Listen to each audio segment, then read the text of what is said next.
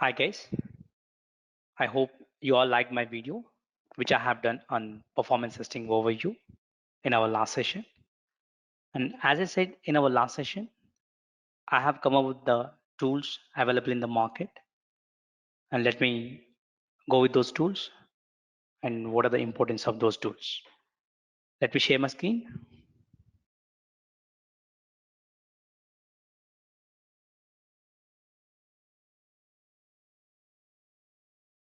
Yeah.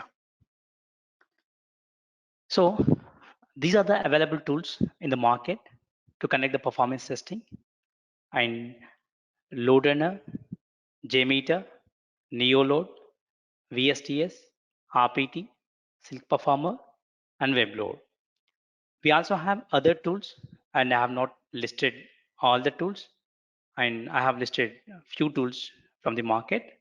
And out of these three, like all tools, and only these three tools, like Loadrunner, JMeter, and NeoLoad. These three tools are very popular tool nowadays in the market. And if you talk about Loadrunner is an industry standard tool. Most of the organizers are using Loadrunner, and it is a license-based tool. And you can use the Loadrunner software to connect the performance testing of free up to 50 users. And if you have to go with more than 50 users, you are supposed to purchase the license. And Loadrunner is owned by Micro Focus now. And when you come to JMeter, and JMeter is developed by Apache. It is a completely open source tool, and you don't have to purchase any license to use this tool. You can simply download the JMeter and you can start conducting the performance testing by creating your scripts by using the JMeter. A Neoload is also a license-based tool, but when compared to Loadrunner, a license cost is less. So in our organization, as per the market trends, what we have analyzed is Loadrunner, JMeter, and NeoLoad. These are the three tools which are being used by many of the organizations. And as I said, Loadrunner is the standard industry standard tool, and which is going be which is like being utilized by many of the organizations. Okay, and I would like to discuss about the Loadrunner for now, and I will discuss about JMeter, NeoLoad, and other tools in our later classes. Okay, so now like discuss about the Loadrunner. Loadrunner is a combination of multiple components, and we have 5 different components for the Loadrunner. Okay, and we will see each and every component, and we will also see what is the significance of each and every components in this Loadrunner. Okay, so as I said, these are the 5 different components of the Loadrunner, and VUgen. VUgen stands for Virtual User Generator, Controller, Analysis, Load Generator, and Agent Process. So each and every component is being designed to use in their specific roles. And to conduct the performance testing, first you have to create the performance test scripts, and later you have to execute the test, and after that you have to generate the report, and you have to have a results review with the client. Then you will get the sign off for your project. Okay, first you have to create the scripts, and you need to execute the test, and you have to generate the report, and you need to have a results review with the client. Then you will get the sign up for the project. If you have to talk about high level overview on performance testing. So to create the scripts, we are going to use VUgen, virtual user generator, we are calling it as. And to execute the test, we are using this controller component. And to get or generate detailed performance test report, and we are using this analysis. Okay, and what we are saying here, to provide the sign up for any project in terms of performance testing, you have to create the scripts first, and then you need to execute, and you have to get the report, and then you have to have a results review with the client. And when you get the successful results, then you can get the sign up for that project. So now, as part of the first step, we have to create the scripts. Okay, to create the performance test scripts, and vision is a component what we are going to use. So we can simply say that vision is a component which will be used to create the scripts, and it supports for only a single user. You can't run vision script with two users simultaneously. Okay, and because vision supports for only single user. To execute a test with multiple number of users, you have to move your scripts to controller, and controller is a component which can be executed like a test with your scripts with multiple number of users. And after you execute the test, you have to get the report right. And analysis is a component which is going to give a detailed performance test report of every test which you conduct. Okay, we have vision, controller, analysis. As part of first step, we have to create the scripts, and we are going to use vision to create the performance test scripts. And as part of our second step, and you have to execute the test, and control is a component which we are going to use to execute the test with multiple number of users. And after you execute the test, we are saying we have to take the detailed performance test report. And by using this analysis component, you can get the detailed performance test report after your test. So here we are saying we are creating the scripts with the VUGen, and we are moving our scripts to controller and getting the report from the analysis. Okay. Here I would like to give you an example. If you have to test an application in terms of performance testing, you are going to assign some load. Okay, we already discussed about what is performance testing. And what is performance testing? Performance testing is a process of evaluating a system's or application's behavior in terms of speed, scalability, reliability under peak user load. So what does it mean? Whenever some X amount of users are accessing your application concurrently, and how your application behavior is. Okay, that's what we are going to measure in terms of performance testing. So to simulate that kind of like a performance testing activity, and you are supposed to assign some load on your application. So load in a sense virtual users. You are supposed to create multiple virtual users, and you have to conduct a load test. And those users are going to run on that particular application. They are going to perform multiple business operations, and you'll be creating the scripts, right? You'll be creating the scripts for critical business scenarios, and you are going to assign number of users. Those users are going to run on those like script. That means they are trying to access the application with the help of those scripts, and they are performing multiple business operations. If they have to perform multiple business operations, they need some amount of CPU and memory. Why? Why those users need CPU and memory? See, we will take an example. Okay, so we have a mobile. Okay, if you have to download any app in your mobile, definitely you need to have sufficient memory in your mobile. So whenever you have sufficient memory, you can able to download the apps, and you also can open the apps, and you can use all your apps which have been downloaded or installed in your mobile. So you might be opening so many applications in your mobile, like you might be opening WhatsApp and Facebook and YouTube. Okay, they'll be running in the backend. So each application, okay, whenever each and every application is being opened, one process will be created at the backend that is consuming some amount of CPU and memory. So likewise, if these users are okay, if these users needs to be executed on this specific application, if they have to perform multiple business operations on that application, they also need some amount of CPU and memory. So to execute the test with some virtual users on any application, if those users have to execute on that application, they need some amount of CPU and memory. That CPU and memory will be provided by load generator. So load generator, that name itself saying it is going to generate the load against the application. Okay, by giving the or by providing CPU and memory for the users. So load generator is a mission or a host which is going to provide CPU and memory allocations for the users which are going to run on the application as part of performance testing.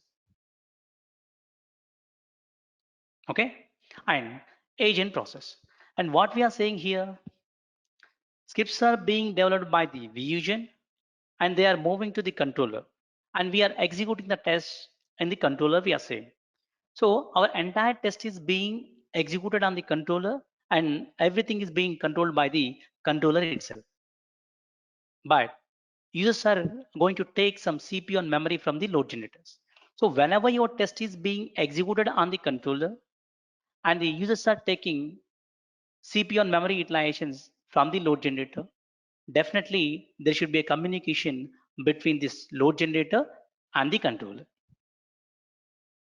Okay, that communication is going to be established by agent process. So you can say that agent process is a component which establishes a connection between controller and load generator. Understand? Let me repeat it again. And we have 5 different components of Loadrunner, and each and every component has its own purpose. And VGen will be used to create the scripts. Controller will be used to execute the test with multiple number of users. And analysis will gives you the detailed performance test report after every test execution. And load generators provides CPU and memory allocations for the users which are going to execute on that application. An agent process will be establishing a connection or communication between load generator and controller because our entire test is being executed on the controller and is being controlled by the controller, but our CPU and memory allocations are being done by load generator. So whenever CPU and memory is supposed to allocate from the load generator and test is supposed to execute from the controller, then definitely there should be communication between controller and load generator. That communication is going to be established by agent process.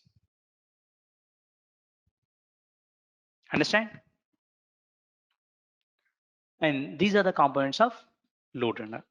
So we have come to know what is performance testing and what is the importance of the performance testing and what will happen if we don't conduct performance testing for our application. And we also came to know that what are the tools available in the market. And we also have chosen one tool as a load runner. And we have discussed about the components of the load runner. Now you came to know about everything and you also have chosen the tool. And now you are good to start your performance testing for your application. Okay, to perform any task, performance testing activity, this is okay. You're going to conduct performance testing activity. To perform any activity, forget about performance testing or something else. To perform any activity, not in software, in general words. Okay, to perform any task, to perform any activity, you'll be having some procedure. Okay, you'll be having some procedure. So to conduct the performance testing also, you'll be having some kind of procedure or a approach or a process. That we are calling it as performance testing lifecycle. Okay, to perform any task in general words, in realistic scenarios, in your regular like a daily activities, you'll be like following some process. Okay, so each and everything will be having its own process. Likewise, when you are going to connect the performance testing, you'll have to follow some process that we are going to call as performance testing life cycle or process to conduct performance testing or the approach to conduct the performance testing for any application. Understand? And if you have to take an example to develop any software, okay, to develop any software, you'll be having a procedure. What is that procedure? First, you have to get the requirements of that software. Like you're supposed to develop a software, in the sense project or application you can consider. Okay, and you have to get the requirements, and you have to you have to perform the feasibility and analysis, and then you have to start developing the features, and you have to start testing it, and after that you have to deploy that code into environments, and you have to provide the maintenance and support. This is the process of SDLC, software development lifecycle. First, you need to get the requirements, and you have to perform the feasibility and analysis, and you have to start designing the application, and then you have to start testing. And once you have done with the designing and testing, and you are supposed to develop that latest code into your environments, and you have to provide the maintenance support for that application. How we have SDLC to develop a project? We also have performance testing lifecycle, PTLC we are calling it as, to conduct performance testing. Understand? So performance testing lifecycle includes these many number of steps. Okay, this is the process to conduct the performance testing. And first of all, as a part of first step, POC.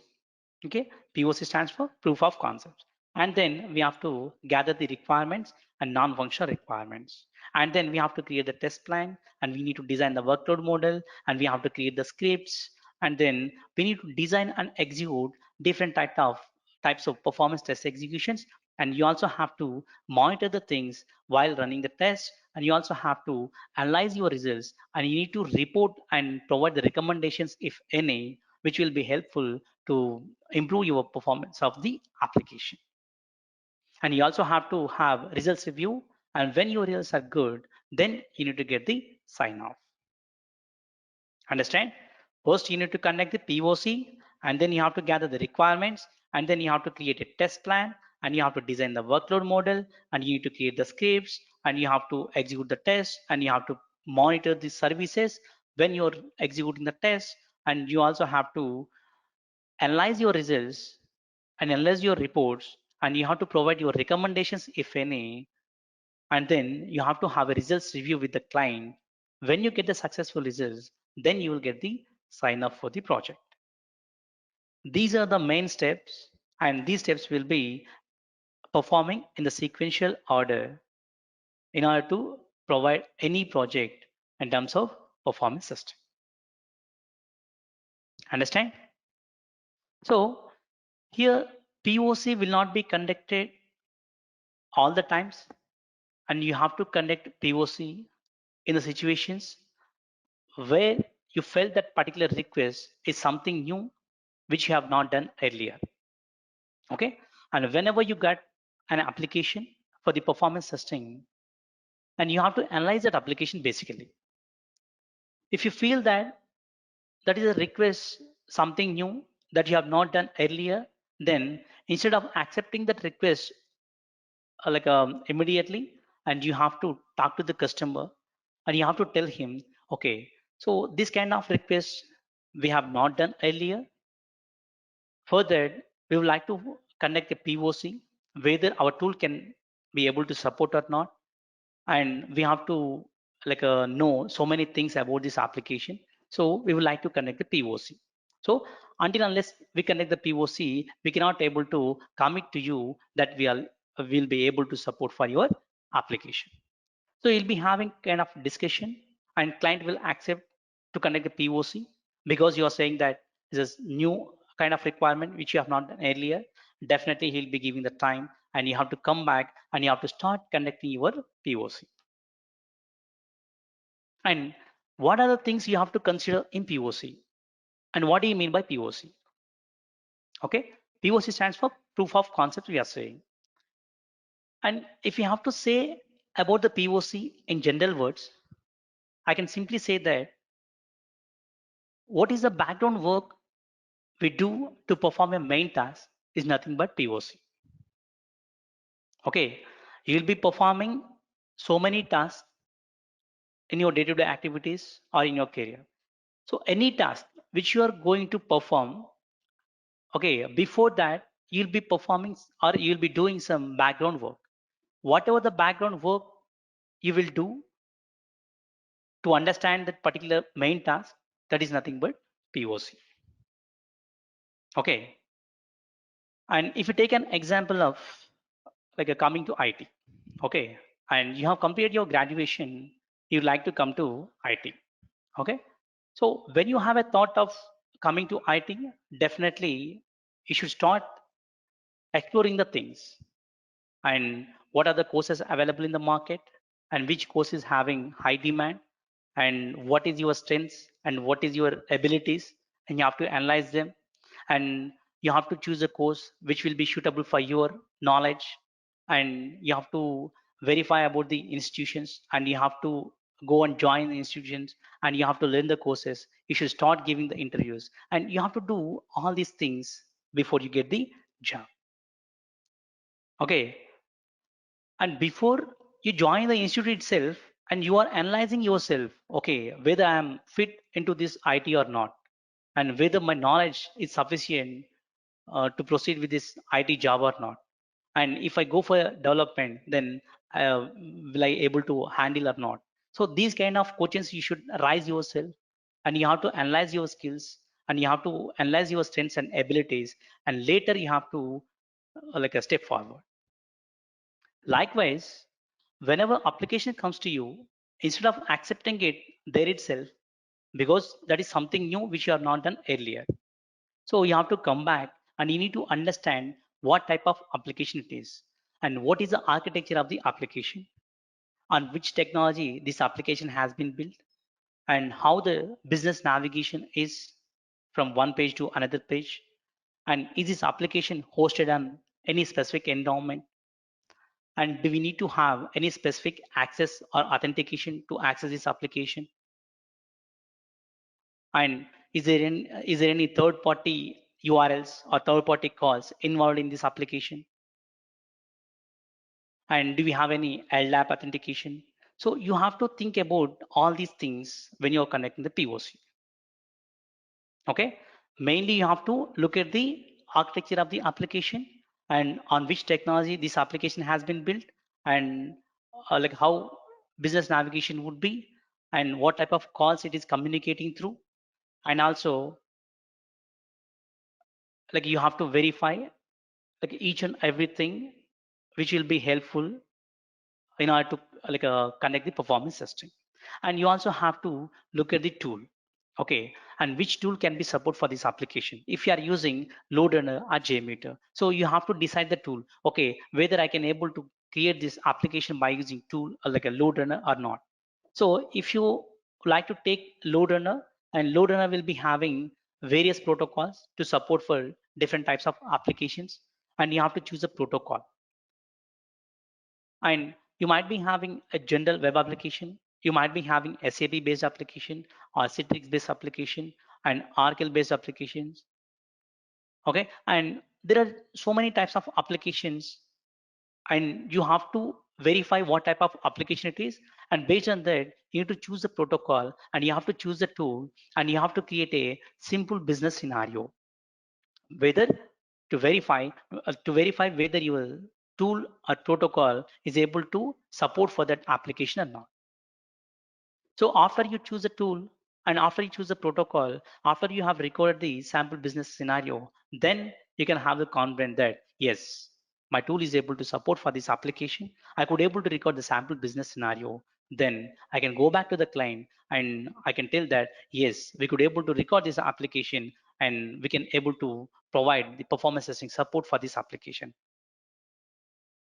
So initially, when you met the client, when he has given the requirement, and when you felt that request is something new, which you have not done earlier, and instead of accepting it, and you're asking him to provide some time to conduct the POC, you're coming back and you are analyzing all these details. Okay, kind of architecture, kind of technology and tools, protocols, and is there any third party URLs, and all these things you are analyzing, and later you are creating a simple business scenario, and then you are going back to the client with that POC report. Now you will go back and say that, yes, we can able to support for your application. And you are going to provide some cost and budget estimation, and you are going to provide like a number of labor hours required to complete this performance testing and number of resources required to complete this entire performance testing activity. And after that, your client has to go back and he has to talk to the senior management based on this cost and estimation and everything. And he has to come back and he should say, go for the performance testing. When you get go for the performance testing, you have to start requirements gathering as a next step. Understand? When you have conducted the POC, after you submit your POC report, after you provide the cost and budget estimation to the client, and client has to go back and he has to talk to his senior management and he has to come with go or no go. When he says go, then we have to start our next step. As part of your next step, you have to start gathering non-functional requirements. Understand? You have to gather non-functional requirements. And non-functional requirements are nothing but performance testing requirements, because non-functional testing is nothing but performance testing. Okay, and non-functional testing and performance testing both are same. So which testing we are going to conduct? Performance testing we are going to conduct for any application in our process. So whatever the requirements we need, those are nothing but non-functional requirements. Understand? And if you analyze it, what is performance testing? If you analyze the concept of the performance testing, then you will come to know what are the things you are supposed to gather as part of non-functional requirements. Understand? If you really understand what is performance testing, why this performance testing is being conducted, then you will definitely come to know what are the requirements we are supposed to gather as part of non-functional requirements. Okay? And I will be coming with non-functional requirements in our later classes, because it's a very, very important topic. I would like to have a special topic as a non-functional requirements, and I will come up with detailed examples and detailed explanations in our next classes. And please be in touch. Thank you for watching. Bye then.